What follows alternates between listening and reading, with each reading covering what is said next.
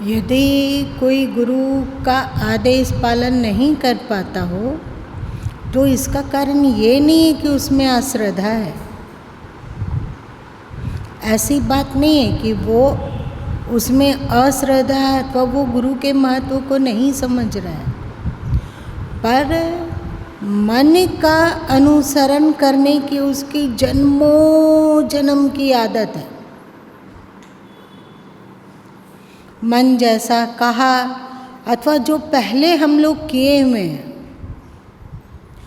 वो हमारे संस्कारों में, आदतों में संग्रहित है, और जब हम उन आदतों से ऊपर उठना चाहते हैं तो हमारा तमोगुण बारंबार उसी आदतों की ओर धक्का दे देता है। जैसे मान लीजिए कि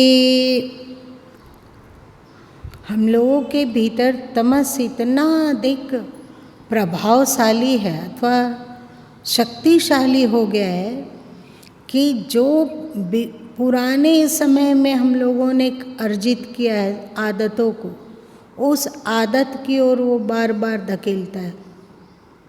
और एक बात तुम लोग को बताए थे कि हम लोगों को गलत आदत तुरंत लग जाती है। मान लिया जाए कि हम प्रतिदिन प्रातः 4 बजे उठते हैं। मान लो कि ब्रह्म मुहूर्त में हम लोग उठते हैं प्रातः 4 बजे, तो यदि आप 5-6 दिन तक अपने आप को ढील दे दो और सोचो कि आरती 5 बजे प्रातः होती है तो 4:30 बजे भी उठेंगे तो भी हो जाएगा।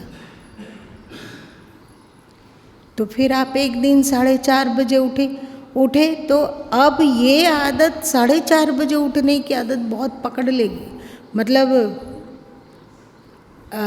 आपको बेबस करेगी। फिर आप चाहोगे कि पुनः 4 बजे उठने लग जाए, तो इसमें आपको कठिनाई की अनुभूति होगी, लगेगा थोड़ी देर और।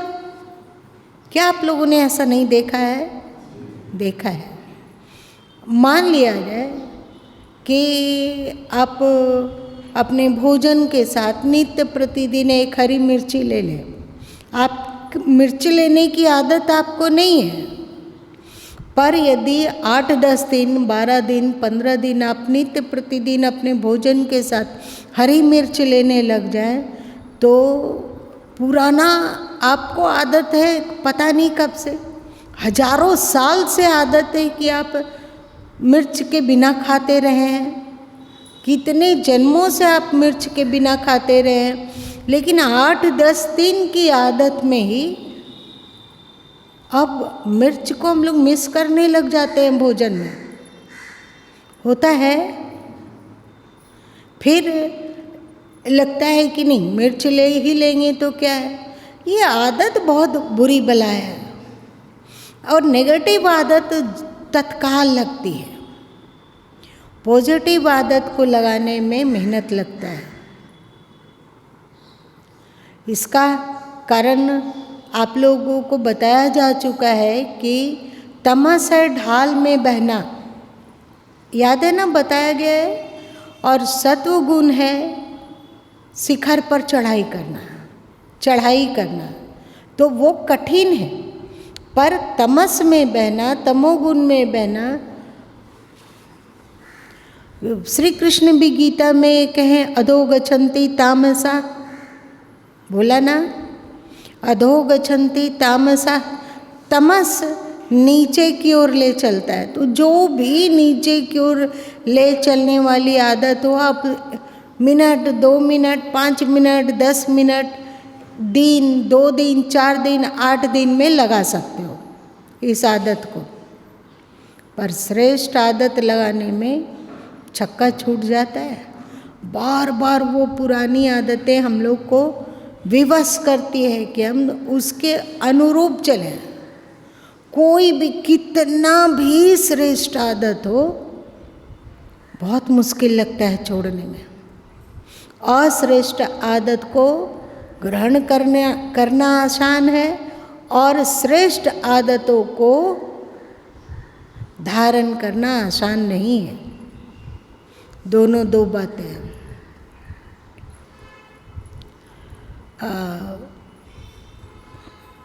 सदगुरु कबीर साहब ने कहा है ना, बिना ब्रेखो कोल्हू माचे। बिना बैल का ही कोल्हू चल रहा है। तो इसका टीका करते हुए अथवा इसकी व्याख्या करते हुए क्या कहा गया था? जैसे ढाल में हो, हम साइकिल चला रहे हो, तो ऊंचाई में साइकिल चलाना कठिन है, सही। और यदि आप ढाल में पहुंच गए तो साइकिल में पेडल ना भी मारें तो भी क्या होता है? साइकिल आगे बढ़ता रहेगा, बढ़ता रहेगा, बढ़ता रहेगा। और चढ़ाव में साइकिल को चलाना क्या बिना पेडल मारे हो सकता है? नहीं हो सकता है। वैसे ही बिना पुरुषार्थ के ही तमस हम लोगों के भीतर फैलता है, फूलता है और विस्तार को प्राप्त करता है बिना पुरुषार्थ का। पर यदि आपको चढ़ाई में चलना है, ऊर्ध्व गच्छन्ति सत्वस्थः, ऊंचाई की ओर सतगुण ले चलता है, तो उसमें आपको मेहनत करना पड़ेगा। समझ में बात आई? नीचे ढलकने के लिए कोई परिश्रम की आवश्यकता नहीं है, पर आप ऊंचाई में चढ़ना चाहते हो तो परिश्रम लगेगा। आप लोग कभी कभी सड़क वगैरह में भी देखते होंगे, जहाँ पे ढालू सड़क है तो वहाँ पे आराम से आप दौड़ते हुए आगे बढ़ जाते हो, ऐसा देखा है आपने? और जब चढ़ाई करने को होती है तो श्वास फूलने लग जाता है ना? ऐसा लगता है जैसे कि परिश्रम हो रहा है, थका देने वाला परिश्रम। मन करता है थोड़ी देर रुक कर श्वास को नॉर्मल कर ले, उसके बाद चढ़ाई चढ़े। वैसे ही जिंदगी में तमस है, उसमें बहना बहुत सरल है, पर सत्व की ओर उठना कठिन है। कोई भी आदत को देख लो, किसी भी कुटेव जिसकी आदत तुरंत लग जाती है, जान लेना कि वो तमस है। गुरु आज्ञा क्यों कीमती है, समझते हो? गुरु लोग ये क्यों आग्रह करते हैं कि आप उनकी आज्ञा मानो? शास्त्र भी कहता है कि उनकी आज्ञा मानो, है ना? संत बानी भी कहती है कि आज्ञा मानो।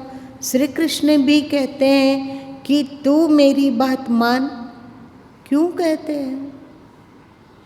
वे आपका तमस तोड़ना चाहते हैं। ऐसा नहीं है कि गुरु अथवा संत अथवा ईश्वर अथवा शास्त्र आपको गुलाम बनाना चाहते हैं, नहीं। आप उनकी आज्ञा मानोगे तो आप अपनी आदत के विरुद्ध उनकी आज्ञा मानोगे, ऐसा है या नहीं? यही गुरु आज्ञा मानने के पीछे शास्त्रकारों का यही उद्देश्य है कि आप अपनी आदतों को तोड़ने की कला सीखें। जब तक आप अपनी आदतों को तोड़ने की कला नहीं सीखेंगे, तब तक आप अपने आप को श्रेष्ठ नहीं बना सकेंगे। तब तक आप अध्यात्म की ओर अग्रसर नहीं हो सकेंगे। क्योंकि हम लोगों ने जन्म जन्म से अलग अलग अनेक अनेक आदतें लगाई है। देखिए किस तरह जो गुरु लोग होते हैं अथवा जो संत लोग होते हैं, वे इतना बारीक दृष्टि से क्यों देखते हैं? आप यदि आश्रम आए सत्संग में, आपने अपना जूता खोला अथवा चप्पल खोला, तो आप जल्दी से खोले, एक चप्पल उधर गिरा, एक चप्पल कहीं और, एक चप्पल उल्टा है, एक चप्पल सीधा है, ऐसा होता है या नहीं? तो गुरु लोग कहते हैं ये क्या बेढंगा रखने की आदत है। देखिए अनगढ़ता को सहज ही हम लोगों का मन स्वीकार करता है, क्योंकि वो ढाल है। तो वे कहते हैं सब में ईश्वर देखो। ये भी रुमाल है, बिल्कुल चपेटा हुआ है, लेकिन यदि मन के अनुकूल चला जाए तो इसका उपयोग किया जाएगा। अभी उपयोग किया और इसको रख दिया, बेतरतीब। ये बेहोशी में हुआ या होश में? आदत है हम लोगों की बेतरतीब रखने की, इस तरह। और अभी उस आदत को तोड़ने के लिए बिल्कुल सुगढ़ता पूर्वक, सुंदर से, मन लगा के, प्रेम पूर्वक ऐसे रखा गया। अभी भी गुरु माँ को खटक रहा है कि एक ये यहाँ है और इसका दूसरा पहलू यहाँ है, थोड़ा अटपटा है ये, है? देखिए इधर भी थोड़ा अटपटा है, ये यहीं तक है, ये यहाँ तक है। इसको देखने की क्या ज़रूरत है? क्या ये कोई ध्यान की प्रक्रिया है? लेकिन गुरु माँ ऐसे करना चाहते हैं। और ये सब बहुत हद तक अपने सरकार प्रभु से गुरु माँ सीखे कि कैसे होश को धीरे धीरे धीरे धीरे धीरे सघन बनाया जाता है। और एक भी कुसंस्कार यदि हम लोगों के मन में हो तो उसको छोड़ने की क्षमता हम लोगों में विकसित रहे, इसलिए गुरु आज्ञा पालन।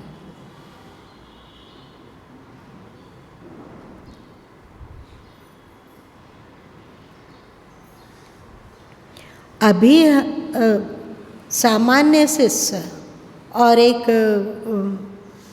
होशवान शिष्य में क्या अंतर है सो बतला रहे हैं। सरकार प्रभु ने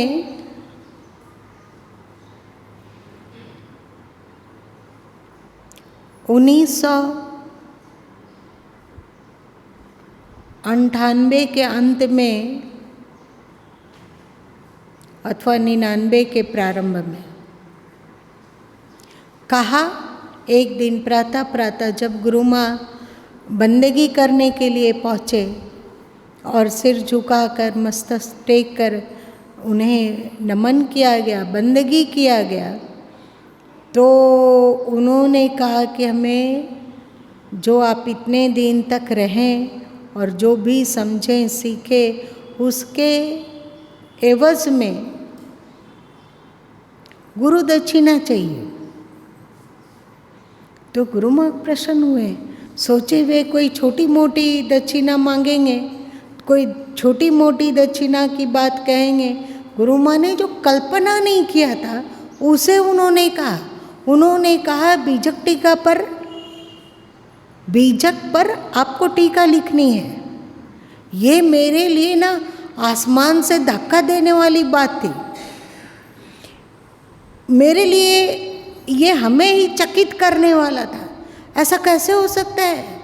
जो महाविद्वान संत लोग हैं, जो शास्त्रज्ञ हैं, जो पंडित हैं, जो भाषाविद हैं, जो 6 शास्त्रों में अपना पढ़ाई किए हैं,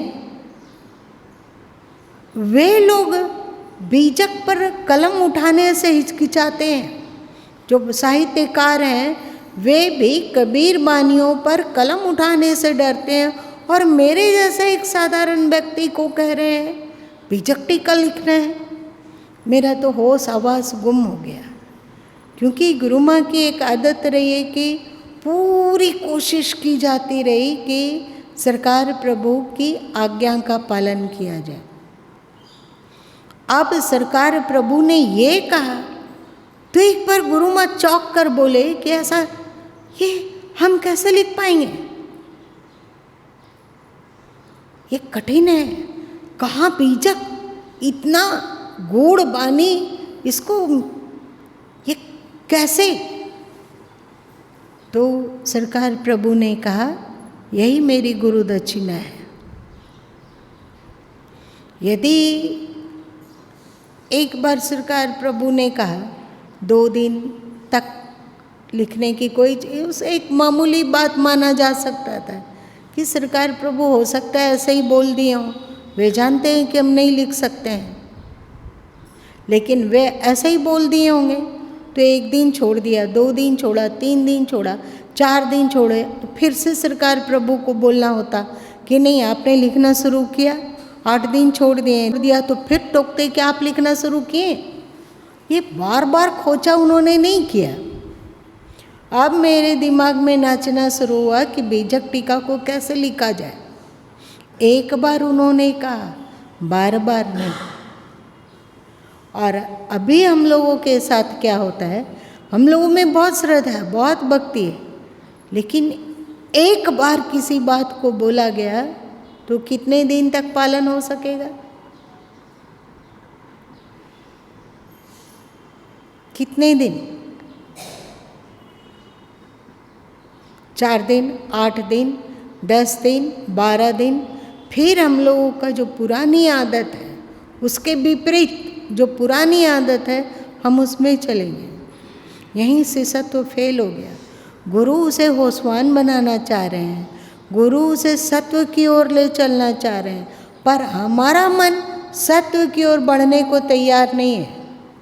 तो गुरु बार बार चाबी देना है, गुरु को चाबी दे रहे हैं, फिर थोड़ी देर दूर बढ़े, फिर ढाक का 3 पात, फिर वैसे के वैसे ही करेंगे। और जो उठ पटांग हरकत करेंगे उसको हम सही साबित करने के लिए एड़ी चोटी एक कर देंगे। कोई भी आज्ञा पालन करवाने के लिए गुरु को 10 बार बोलना होता है। यदि 10 बार वे बोल रहे हैं तब भी आप उस आज्ञा में सुदृढ़ नहीं रह पा रहे हो, इसका मतलब आप में तमस बहुत अधिक है। और गुरु प्रेरणा दे सकते हैं, गुरु मार्ग दिखला सकते हैं, पर चलना तो आप ही को है। फिर अध्यात्म में जितनी शांति है अथवा जो उत्कृष्टता है, दिव्यता है, ऊर्जा है, वो आपके जीवन में विकसित नहीं हो पाता है। और गुरु माँ एक बार उन्होंने कहा और उसमें दच्चित होकर डूब जाया गया। पता था कि क्षमता नहीं है, लेकिन गुरु ने कहा है, वे जो बोले पूरी ताकत लगा के उसका पालन करना हमारा कर्तव्य है। और उसे लगभग 9 महीना 10 महीना में बीजक टीका लिखा जा पाया। और फिर 99 के संभवतः दिसंबर वगैरह को या नवंबर को सुनील और विनय दोनों शिवाकाशी मद्रास के पास वहाँ गए। वहाँ रखकर कंपोजिंग करवाया, वहाँ रखकर उन्होंने उसका सारा कुछ अपने सामने सब कुछ को अरेंज करके, क्योंकि वे लोग हिंदी नहीं जानते हैं तो गलत हो सकता था, इधर छपवाना श्रेष्ठ नहीं लगा। उन लोग के मन में था कि एक बड़ा ग्रंथ है, इसे सही जगह में छपाना चाहिए। तो फिर छप कर वहाँ से आते आते फिर जनवरी 2000 ईस्वी के जनवरी 8-10 तारीख रहा होगा, 12 तारीख रहा होगा, उस समय बीजक टीका आया। तो उसे निकाल कर जब सरकार प्रभु के कर कमलों में सौंपा गया तो इतने वे प्रसन्न थे, उतनी प्रसन्नता कभी गुरु माँ ने उन्हें दे नहीं पाए। इतने प्रसन्न थे कि बस कहने की बात नहीं है। और उसके 10-15 दिन होते होते वे अपना शरीर भी त्याग दिए। 2-4 दिन के बाद फिर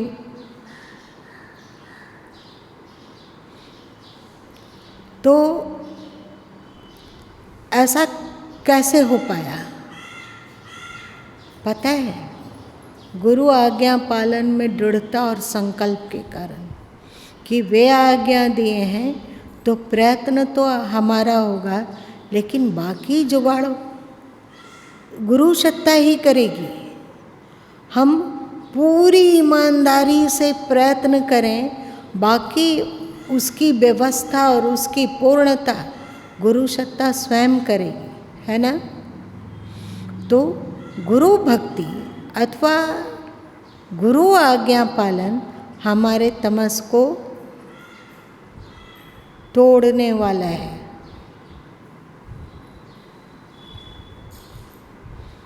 बहुत बार कहा जाता है कि आप प्रयत्न करें कि प्रतिदिन कुछ दिन के लिए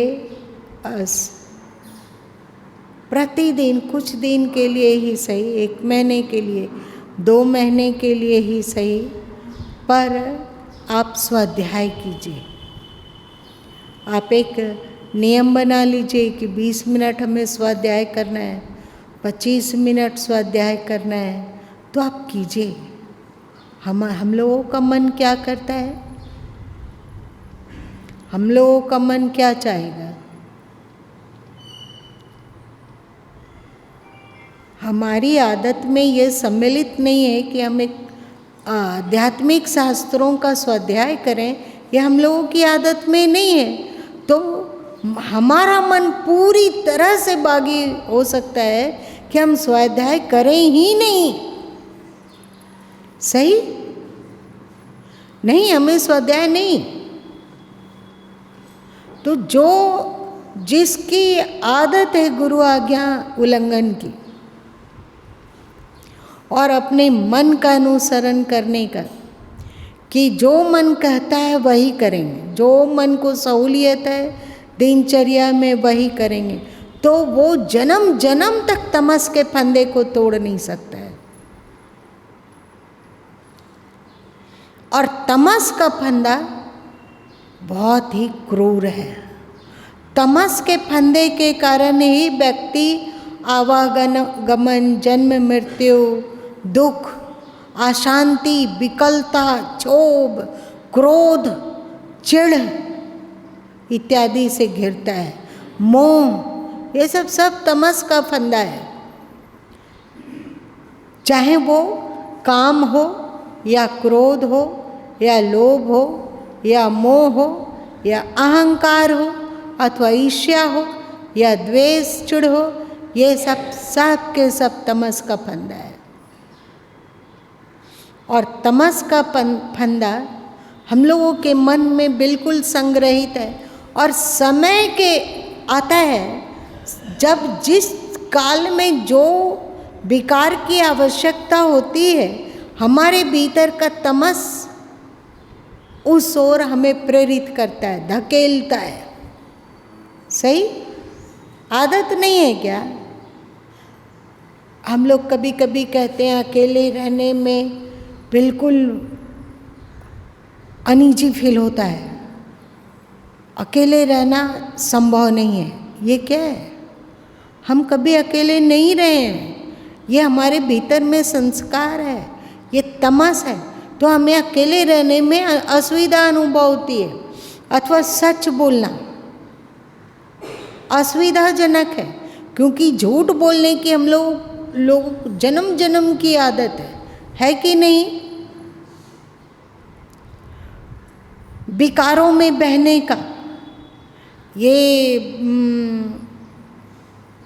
यदि नवरात्रि हो और साथ साथ में फिर उसके पहले एक आश्विन एकादशी के पहले आ जाता है पितृपक्ष,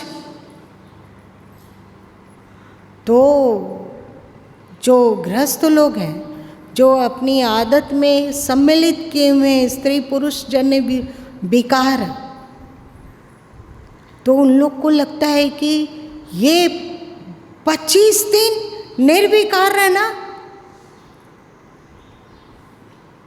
बताओ ये हमारी किसी की आवश्यकता है विकार या ये मात्र आदत है? आदत है या उसके बिना जिंदा नहीं रहा जा सकता है? केवल आदत। और उस आदत से ऊपर उठना आसान है क्या? मोह की आदत से ऊपर उठना आसान है क्या? अहंकार की आदत से ऊपर उठना आसान है क्या? क्रोध की आदत से ऊपर उठना आसान है क्या?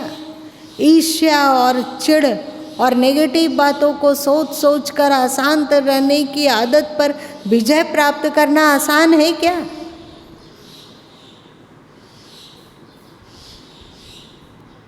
अब बताइए, इन तमस के जंजाल और जंगल और जाल से हम लोग कैसे ऊपर उठ सकेंगे?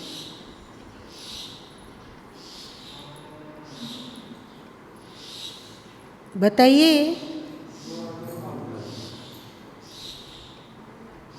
अब हमें इसके विपरीत आदत को लगाना है ना? अब हमें इसके विपरीत आदतों को अपने मन में समाहित करना है, उन आदतों को जो सत्वगुणी हो। उन आदतों को हमें अपने संस्कारों में लाना है जो सत्वगुणी हो, जो तमस नहीं है।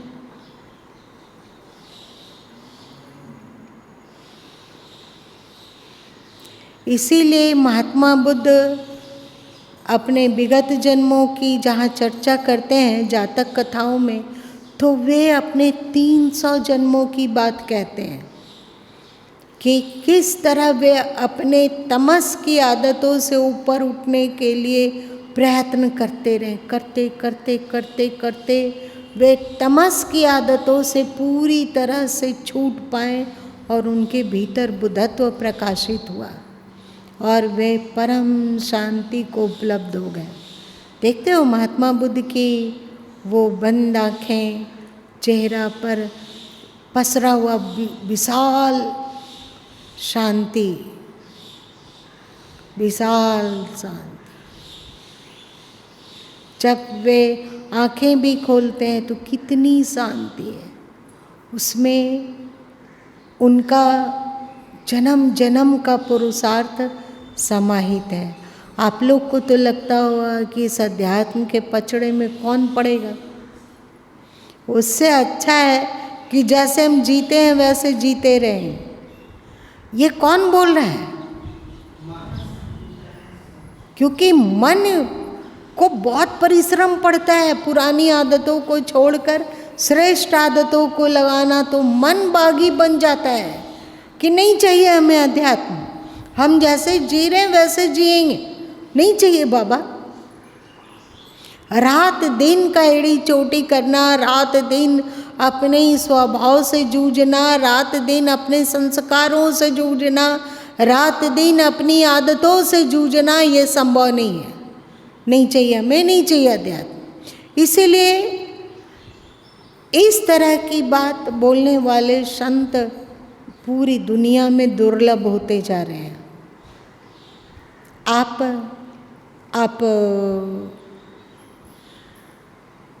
अब देखिए, हर सोमवार को शिव मंदिर जाकर जल चढ़ा लेना सरल है या कठिन है? सरल है। और आपको अपनी आदत को सुधारना सरल है या कठिन?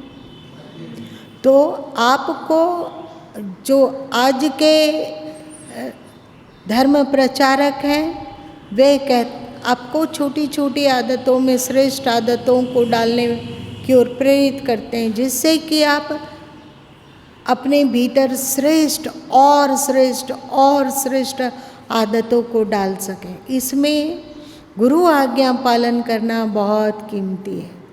और मज़े की बात है कि तमस पर विजय प्राप्त करने के लिए आपको एड़ी चोटी एक करना होता है, बहुत परिश्रम करना होता है, बहुत पुरुषार्थ करना होता है।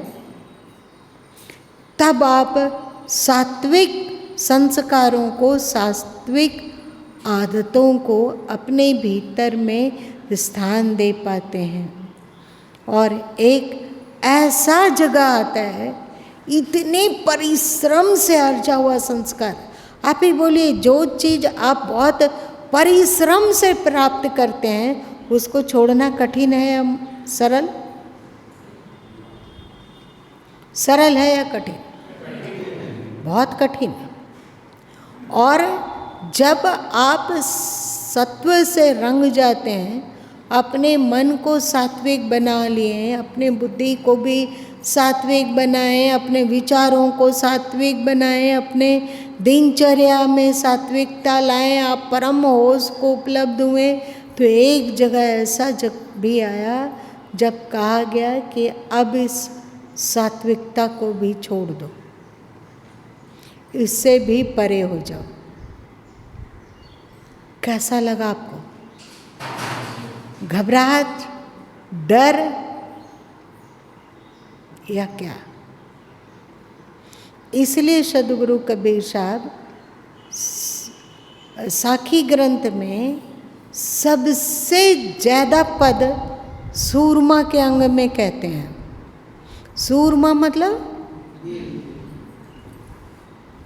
बहादुर, वीर। जो एक और पद में कहें, जो कि हम हमेशा आप लोगों को कहते हैं कि ये दुनियाई लोग, सद्गुरु कबीर साहब की बानी है कि ये दुनियाई लोग भेड़ की पूंछ पकड़कर भवसागर कब के पार जाना चाहते हैं, भला कैसे जा सकेंगे? भेड़ क्या है? हमारा मन।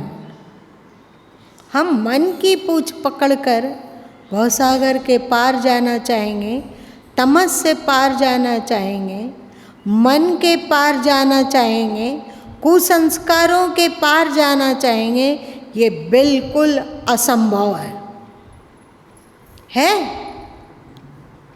आप जैसे ही गुरु आपको कोई आज्ञा देते हैं, आप अपने मन की अनुकूलता में पहले उस आज्ञा को तौलोगे।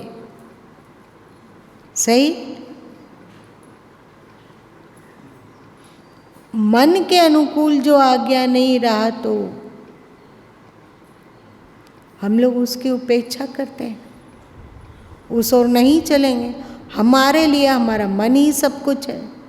ईश्वर, गुरु, सद्गुरु, शास्त्र, ज्ञान, विज्ञान, सब कुछ हमारा मन है।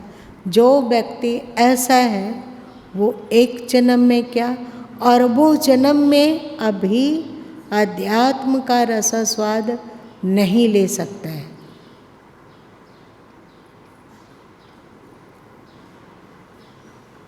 कुछ तो अध्यात्म में खासियत रही होगी जिसके कारण राजा हरिश्चंद्र उसकी रक्षा के लिए, अध्यात्म की रक्षा के लिए अपना सारा राजपाट छोड़ देने को छोड़ दिए। सही ना? कुछ तो होगा। महात्मा बुद्ध जिस धन के पीछे हम लोग आज इतने दीवाने की तरह दौड़ते हैं और धन अर्जन के लिए इतना रात दिन एड़ी चोटी एक करते हैं, महात्मा बुद्ध ने उस धन को छोड़ दिया। कुछ तो अध्यात्म में खासियत रही होगी। उनके पत्नी थी यशोधरा, जो कि महाआज्ञाकारी थी। उनका एक छोटा सा बच्चा पुत्र राहुल, वह भी छोटा सा था। कुछ तो अध्यात्म की बात निराली रही होगी जब महात्मा बुद्ध परिवार और राज्य और राजा बनने की कामना को भी छोड़कर अध्यात्म की ओर जाने को उत्सुक हो गए। चाहे महावीर स्वामी,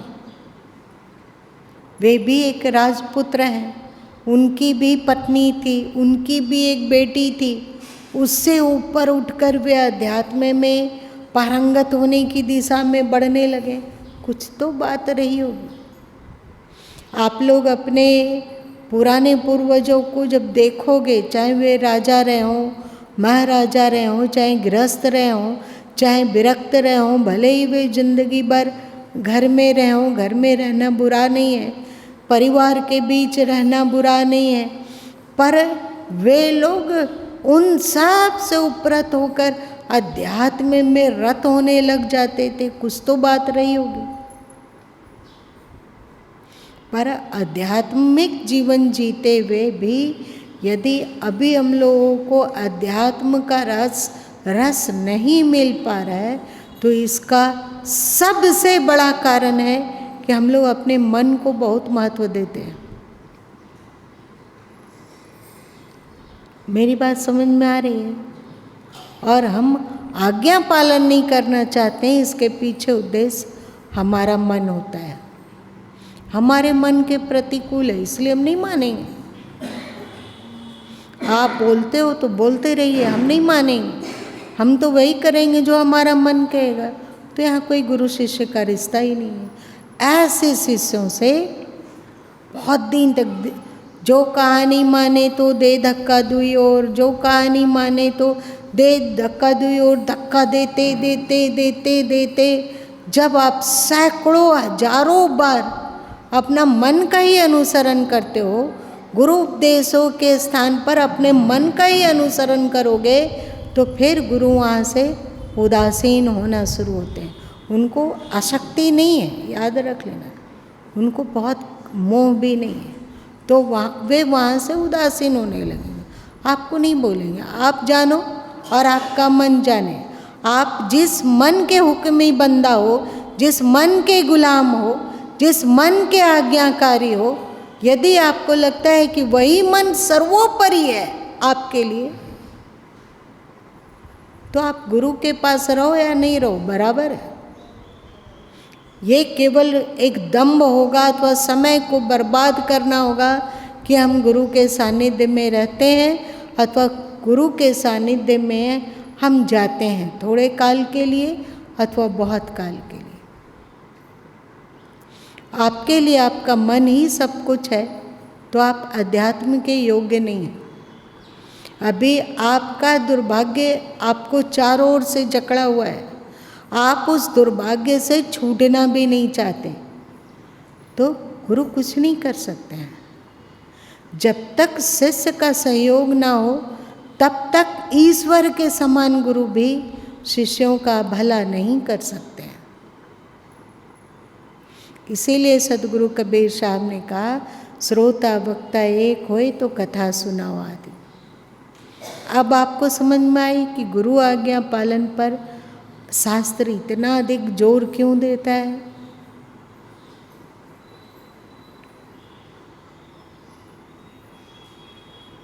समझ में बात आई। आप अभी दास हो, आप अभी गुलाम हो, तो आप अपना मन में कैलकुलेट करके देख लो, जोड़ घटाव करके देख लो कि आप गुलामी करोगे ही, आपकी आदत है गुलामी करना, तो आप किसका गुलाम बनकर जीना श्रेष्ठ समझते हो? अपने अनगढ़ इंद्रियों की गुलामी करके जीना श्रेष्ठ समझते हो, अथवा कुटेव और कुसंस्कारों से अटे पटे मन की गुलामी करना श्रेष्ठ समझते हो, अथवा धर्मशास्त्र, ईश्वर और सदगुरु की गुलामी करना श्रेष्ठ समझते हो? देखो, तुलसीदास जी ने अपने नाम के पीछे दास लगाया, तुलसीदास। सदगुरु कबीर साहब ने अपने नाम के पीछे दास लगाया, कबीर दास, पलटू दास, दरिया दास और दादू दास, गरीब दास। सही कारण क्या है? उन्होंने ईश्वर और धर्मशास्त्र और सदगुरु का दास बनना स्वीकार किया। जब तक आप इस दासत्व को स्वीकार नहीं करोगे, तब तक आप मन के दासत्व से उबर नहीं सकोगे, इंद्रियों के दासत्व से उबर नहीं सकोगे। अब जोड़ घटाव आपको करना है कि मन और इंद्रियों के दास बनने से आपका ज़्यादा हित होगा या गुरु गोविंद का दास बनने से ज़्यादा हित होगा। आप सब पढ़े लिखे हैं, जनसामान्य पढ़ा लिखा है। कृष्ण को मानना आसान है, पर कृष्ण की मानना कठिन है। गुरु को मानना आसान है, पर गुरु की मानना आसान नहीं है। अब क्या करो? पूर्वजों को मानना आसान है, पर पूर्वजों की मानना आसान नहीं। की मतलब उनकी आज्ञा, उनका आदेश। चलो आज इतना ही रहने दो।